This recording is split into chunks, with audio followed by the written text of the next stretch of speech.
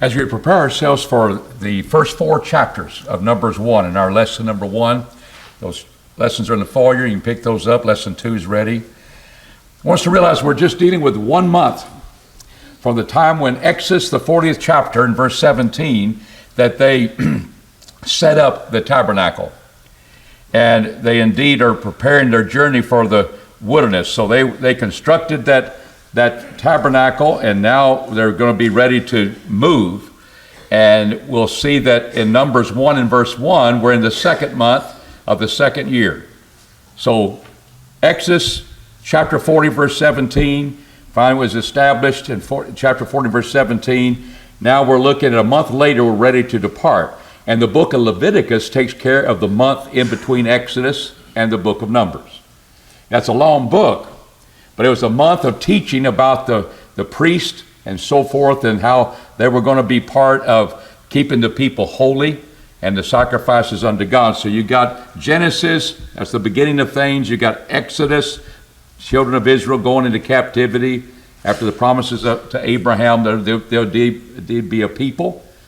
And from 70 people till the time that we count in Numbers, a people over between 2 or 3 million people. We're going to be seeing they multiplied that much, and now they're getting prepared for a journey.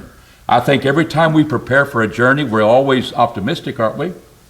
Do you prepare to have 3 flats and go out on your journey? No, it's going to be great. I've got a plan. I remember my dad planning things maybe 2 or 3 days in advance. Things are packed up, ready to go. Well, they're going to get things packed up. But we're going to be realizing that they're on a journey. That's why do we have the numbering in the first chapter the way we do? Why do we have those things about how they're going to encamp around the tabernacle? Why did they do that? And that's because they're getting ready to make a move. They're on their way to the promised land. And we're picking up in these first 4 chapters things that I think are very important. So let's begin. What was the purpose of numbering the males from 20 years of age and upward? We've kind of hit on that. It ought to be something drilled in our minds by now in our introductory part. But what do we see in verse 3? What was the purpose of numbering them? Men of war. We're not numbering the women. We're not numbering the children. All of a sudden we're numbering men of war. Why? We're going on a journey. We may be facing the enemy. And 20 years of age and upward was be the fighting men. And we find that indeed that's what we're going to be happening. So here's this 2nd month. After the 1st month, the tabernacle established and so forth, the 2nd month, they're planning on this journey. So there's the numbering of the tribes.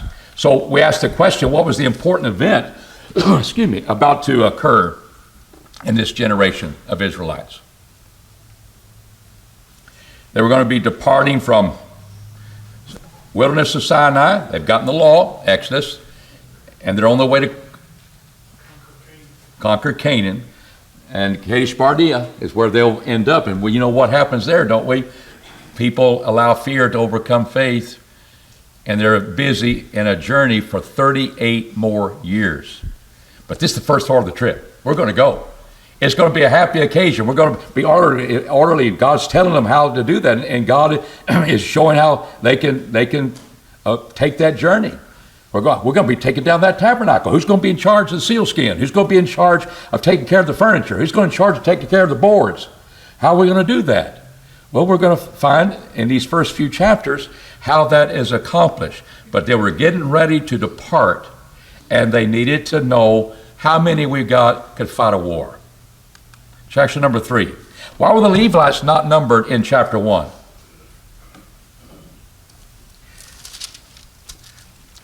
Because the Levites are part of the tribes of Israel.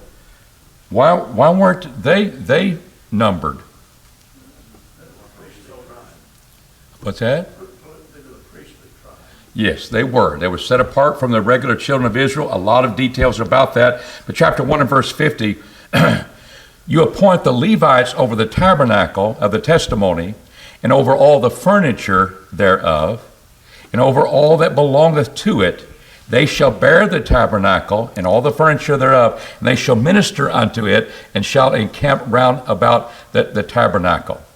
So here you see that was their purpose, and they weren't going to be involved in taking those. We could drop back to verse 47. The Levites, after the tribe of their fathers, were not numbered among them. God had taken them, separated. They belonged to me. We'll get into more details in a moment. But then, so you have the Levites taken off the table, and they're not numbered with them. So my next question is, well, how do you have 12 tribes enumerated if the tribe of Levi is not numbered? How does that occur? Because we certainly do have the two numbers. We have that, and especially in their encampment, you go Asher, Dan, Naphtali, Issachar, Judah, Zebulun, Simeon, Reuben, Gad. You got Manasseh, Ephraim, and Benjamin. Got 12 tribes. Who's missing? Levi and Joseph, right? Who in there belongs to Joseph? Take 2 off the table. Take the Levites and Joseph off the table. You got 12 tribes of Israel. This was their encampment, and we're going to see another census taken of them, but you're going to have Ephraim being the head of those on the west side of the tabernacle. You're going to have Dan in the north part. You're going to have Judah on the east part, Reuben on the south part, and we're going to talk about that. What's surrounding the tabernacle? The Levites, the Merarites, the Gershonites, the Kohathites, and who's on the east side? Moses, Aaron, the priest. Notice the east side, toward the rising of the sun. Who's over there leading that group? Because Judah would be the standard that we're under, and Issachar and Zebulun would be a part of Judah's standard. There's Dan's standard, there's Ephraim's standard, there's Reuben's standard. We'll talk about that in a moment. Why is that? But this was part of how they're going to encamp, and they were to surround the tabernacle. And we'll talk more about the reason for that. But a lot of it was to protect the Israelites from dying because they're getting too close to the tabernacle. Maybe a sojourner, one gets too close to it. They're protected. They were to protect the people. Aaron and the priests were to be involved in teaching, and this is how they were to encamp. And this is going to be an orderly way in which they do leave when the time comes for it to occur. So they had their place in service unto God, and God picked them out, and we're going to see some more about that a little bit later. So we have the 12 tribes enumerated here. Question number 5. In their encampment, why were the Levites to surround the tabernacle? So we'll get to that. Why were they to surround the tabernacle? Okay, too close. Verse 53, the Levites shall encamp round about the tabernacle, that there'll be no wrath upon the congregation. Wrath? Whose wrath? God's wrath. Because they've gotten too close. They don't belong there. And the children of Israel, and the Levites shall keep the charge of the tabernacle of the testimony. So they would be involved in setting that forth, that to protect them, because of the wrath of God would be upon them, because they would get too close. Question number 6. Why do you think Judah, Reuben, Ephraim, and Dan were heading the 8 other tribes in their encampment? And this is nothing that's specifically specified. It's just kind of interesting that you have those 3. Judah on the east, you got Dan in the north. And we're just asking the question, why is that? And when you see the numbering of these men of war that's taking place, you begin to see, well, we know Judah was on the east, and they indeed were important. They would go first. They would be leaving out first. Chapter 2 and verse 9, they shall go set forth first. So you got the number of those, and then you have them mentioned.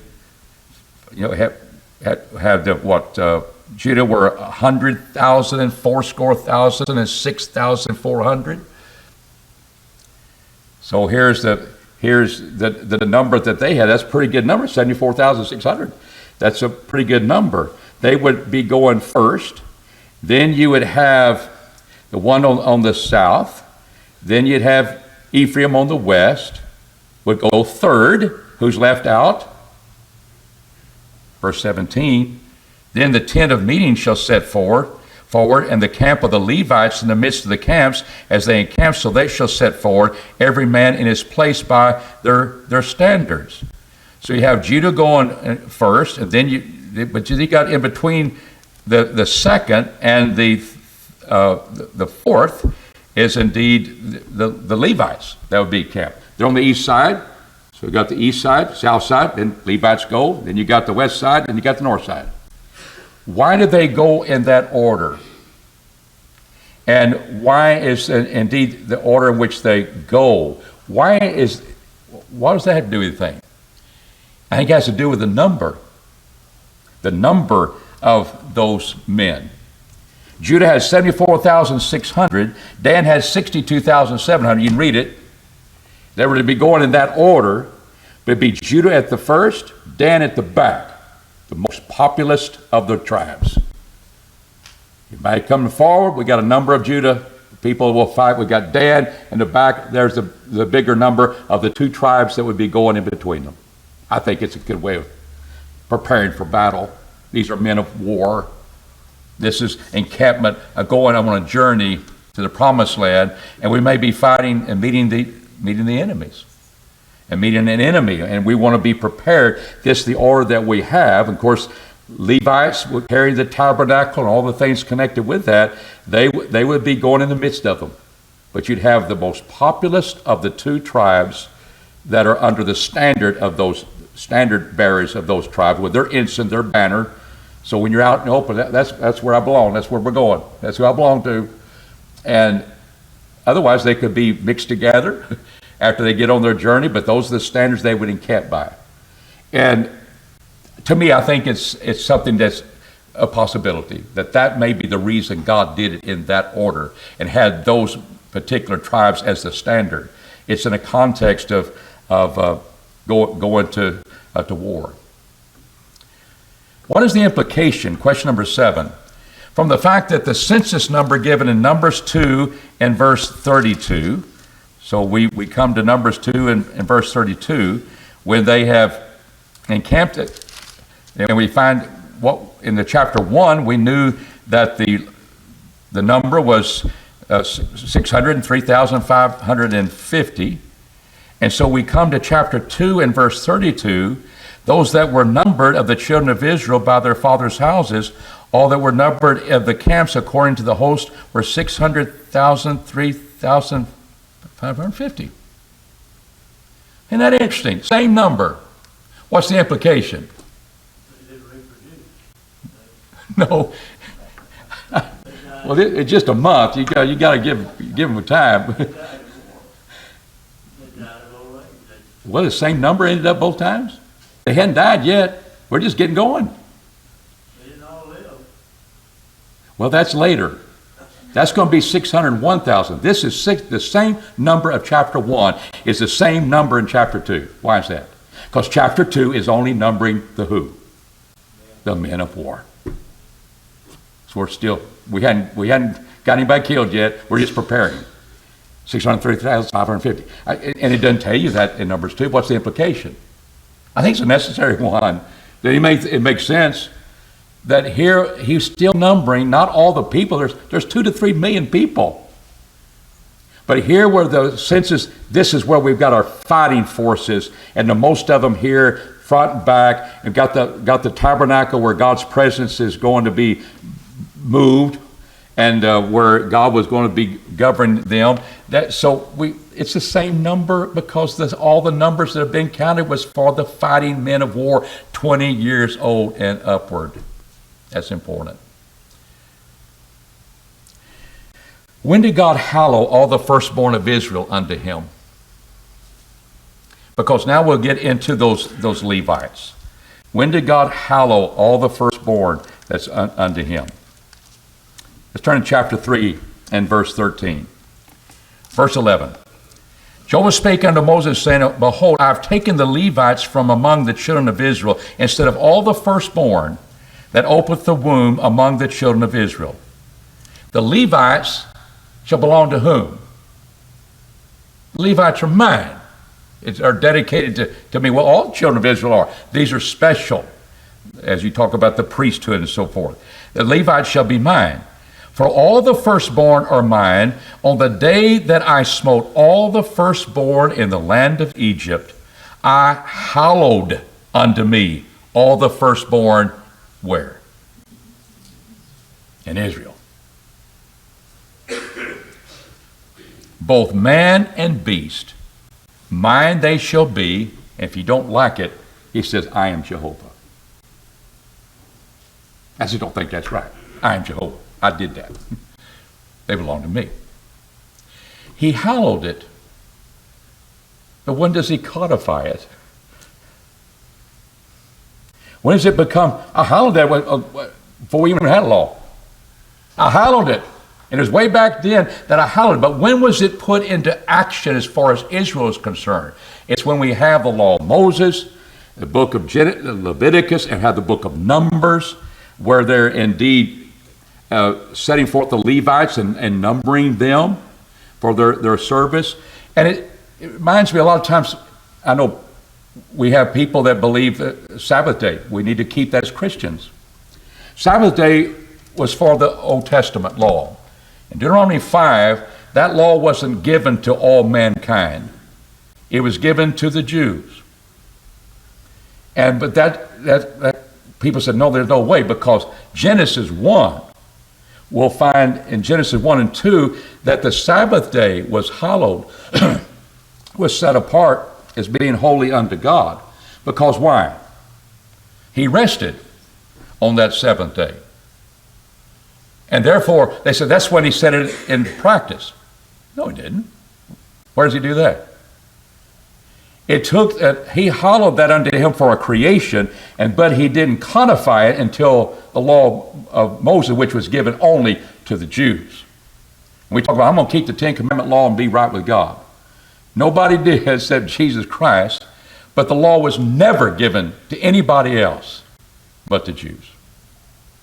And when we come to the New Testament, we'll find that there'll be things that it's still wrong to steal, it's still wrong to kill, still wrong to commit adultery, and that's part of the law of Moses. And Paul uses example of the fact that when you fulfill that law, you fulfill the law, you're also fulfilling the law of loving your neighbor as yourself. He brings back the example of the old law, but the Christian wasn't under the old law. We're under the law of Christ. But it's interesting that one law that was in the Old Testament law is not carried over into the New Testament. In Colossians, the 2nd chapter, we read about when we're baptized, and we could be baptized and have a circumcision not made with hands, indeed showing a distinction between what happened under Judaism. But Paul writes to them that you're not under that law, because what did Jesus do in chapter 2? In verse 14, I blotted out the bond written in ordinances that was against us. Why was the law against us? It was holy and righteous and good, Paul argues in Romans 7. Nothing wrong with the law. The problem was with me under a system of law that the only way I could ever be righteous is keep it perfectly. And all men failed. And Jesus fulfilled it perfectly to be that sacrifice. But what did he do? I blotted out the bond written in ordinances that was against us, which was contrary to us, because we did not keep it perfectly, not because it wasn't perfect with God. And he'd taken it out of the way, nailing it to what? The cross. Whose cross? Jesus died. He fulfilled the obligation of the law of Moses. And he nailed it to the cross. And so what do we see in verse 16? So let no man therefore, based on what? The bond written in ordinances, that's the 10 Commandments, especially those, that was against us. Therefore, let no man judge you in meat or drink or respect of a feast day or a new moon or a Sabbath day. Let no man judge you now. It's part of the law of Moses that was given to everybody. Notice it was only given to the Jews. And the Sabbath day isn't carried over into the New Testament. Otherwise, we could condemn people for not keeping the Sabbath day holy. The seventh day, not the first day of the week. So what did we do? We made, and I remember being in Lithuania and studying with people. I looked up at the wall. They count. They get it right on their calendar. They have Sunday as the seventh day. That's the Sabbath. That's the Christian Sabbath. Catholicism has been part of that culture. They have on their so no, the first day of the week is Sunday. No, that's the Sabbath. It's the Christian Sabbath. And the Bible never teaches about the Christian Sabbath. We put that in there. Man does. But the Sabbath day is not coming. Otherwise, we would judge people. Said, no man judge you. With a feast day, new moons, things of the Old Testament, that's not part of the new law. And because it was nailed to the cross, it was fulfilled. It couldn't make us righteous. But what can make us righteous is Jesus dying for our sins and our faith in him, that we'll be justified by faith, according to the fact that his blood can take away our sins, and our faith is in him, not in my law keeping. Because if it was left to that, we'd be doomed. I would. We're not perfect, but we can strive to be perfect in Christ and have the forgiveness. So here we're the deed of hallowing. That it doesn't mean I set that apart in his mind. He's like he set apart the Sabbath day for the Jews. He codified it later. He hallowed this day when he took the firstborn of Egypt. He said, I hallowed all the firstborn unto me on that day. But we don't start reading about it until we get into the law. As it's been delivered, Exodus 20, tabernacle being established, and now we're going to see how they're going to take it down, how they're going to transport it on their trip. But when did God hallow all the firstborn of Israel? Is when he demanded them of the Israelites. Demanded of the Egyptians, before they even left Egyptian bondage. How many Levites? Question number 9. How many Levites 1 month and older were numbered? 2,000. How many? 22,000. Okay.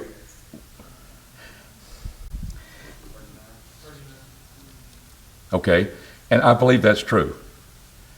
But we're going to have problems here with the numbering. Because let's look at verse 43. What does that say? So verse 39, I got that, and that's going to end up being where I'm going to be. But when critics look at this, they say, oh, this is where the Bible is not perfect. It makes mistakes, and we can't trust that. What does verse 43 say? 22,000? Firstborn males among Israel versus the males among the Levites. Okay. Firstborn among the number of the names from a month upward. So here, all the males of a month open were 22,000. He numbered of the Levites. When Moses and Aaron numbered and commanded Jehovah their families, all the males from a month to 22,000. And then he comes across, well, here's the same thing of the Levites. The redemption is 22,000, 70, got 273 more. So the solution is what could it be? Verse 42. Well, you can argue, but what do you have in verse 49, verse 50? The firstborn of the children of Israel took the money, 1,365 shekels after sexual of the sanctuary, gave that for redemption. Verse 43 got 22,313. And verse 46, the redemption of the 213 of the firstborn of the children of Israel that are over and above the number of the Levites. So if I got 273 over, that would be right to determine how much I have here, which is what?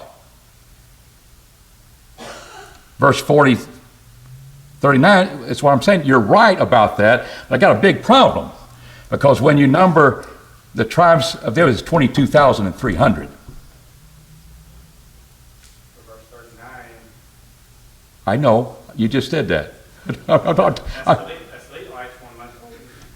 And then verse 42 and 43, it's the males of Israel, the firstborn million. So how many Levites you have? 22,000. Okay, I got 22,300. The verse 43 is not Levi. I understand that. And there's only 273 over. Yeah. And that's why you're going to combine that. But look at verse 22. How many were of the people of these three tribes? There were 7,500 of the Gershonites.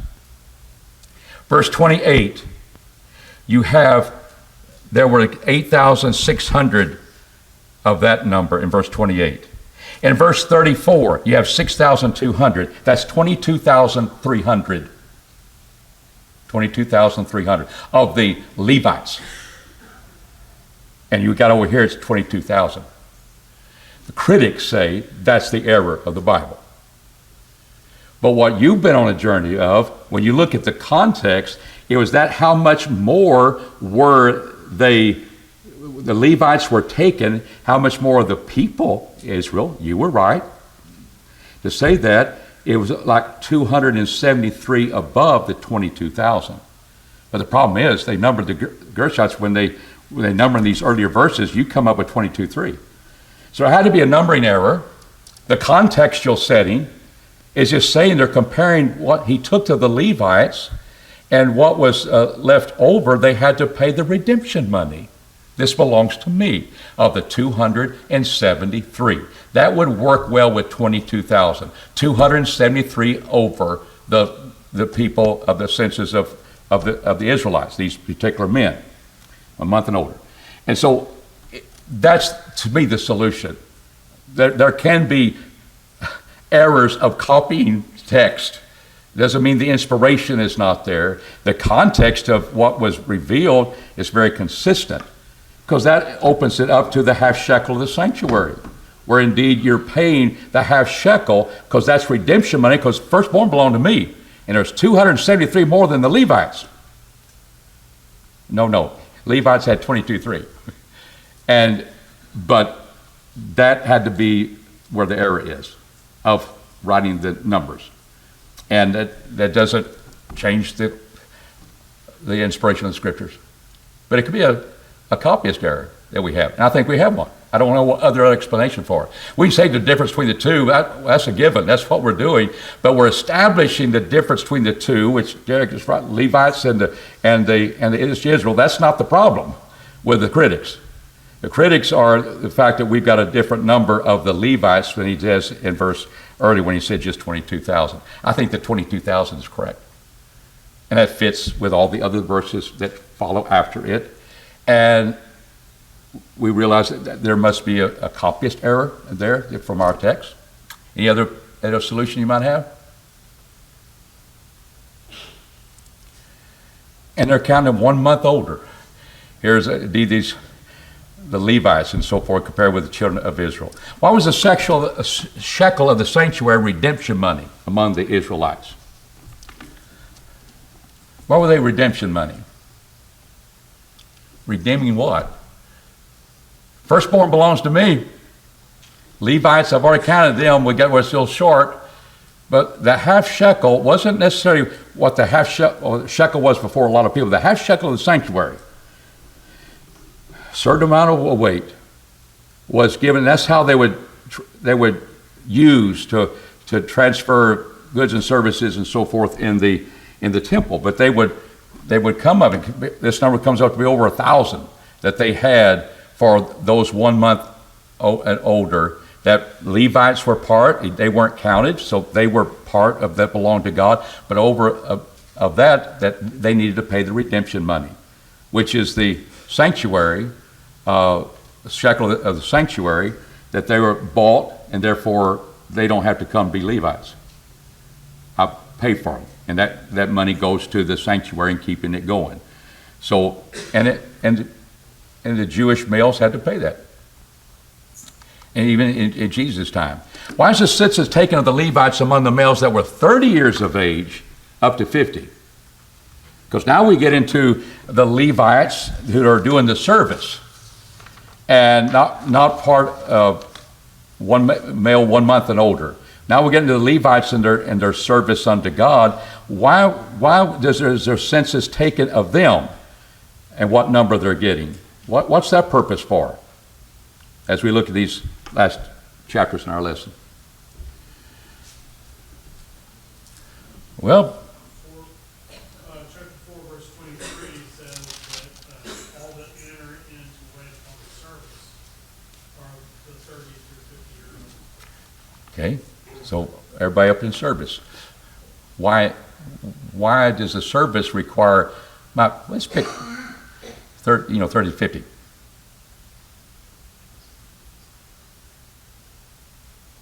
What happened when you turned 50? You retired. You like that? Trying at 50? That's what everybody's goal is. Retired 50. But see, you had oxen, you had goats, you had animals to slaughter, Levites. You would have transporting the tabernacle, the boards, the sockets. You had the curtains and so forth. And a lot of that work, we're coming into age of a man's strength. You had those serving in the army, but then among the Levites, they're 30 years of age, they would be involved in this service. It's their strength. But after they turn 50, they may not be as strong. And they would be having different work, and we'll get it next week's lesson. You'll get into some of the things they would do. They would have a charge, but they would no longer have a service. Have a charge, responsibility, how he would use them in the temple, but not the service. This service was labor intensive as they were helping the priest and fulfilling their requirement of being holy before God, the sacrifices and so forth. So there's a census taken of that. Question number 12, how are the Levites of the family of Kohath to bear the sanctuary without dying as they approach the holy things? You see this brought forth in chapter 4. Let's get the picture. We're going to be moving. We're going to move this tabernacle.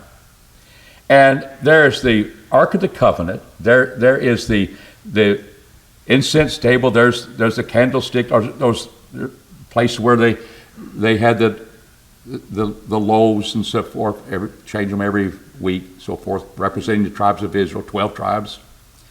And so they're now going to now pick up and go. And the priest had the work. They go into the holy place, not everybody else. And Levi was never to come in there without being helped by the priest. But they would cover the furniture with sealskin. They would cover it all up, all the pieces of furniture, before the people of Kohath, the tribe of Kohath, comes in here to bear it out. Remember, they would put the staves in there so the people of Kohath could bear out the furniture. They would not be looking upon the furniture. And they would not be in there unless accompanied by sons of Aaron. It's just interesting how it goes about getting it done. So they would bear the sanctuary, because they're carrying this out a lot of times with the staves that were placed in there according to God's pattern. And then if they looked upon the things, they would be dying as they approached the holy things. And that Aaron would do, and his sons would do that part, and then Kohath would take in those things. And then our next question, how do you distinguish the responsibilities among the sons of Gershon from the sons of Merari? So you got Kohath bearing the things out. Now what happens? People of the tribe of Gershon, they would carry the curtains, the hangings. They would be involved in taking care of those parts and putting the seal skin over that. And then you have Merari, they had taken out the boards and the sockets, the heavy stuff. I distinguish between Gershon and Kohath of the more heavier type of weight that they're carrying. And we're going to see next lesson when we see about how many covered wagons it took and what tribe had the more covered wagons than the others. Why is that? Because they had a heavier load. Very well ordered from God's perspective and wisdom. But it's what we see taking place. There was a distinguishing work. It was understood what they were to do. They would respect the holiness of God, and those things that were only for the priest. And that's how they would be taking it out. And our final point, how many male Levites between 30 and 50 were counted to serve Aaron and the priesthood in the service of the tabernacle? Well, verse 48, chapter 4. Even those that were numbered of them were 8,580. According to the commandment of Jehovah, they were numbered by Moses, everyone according to his service.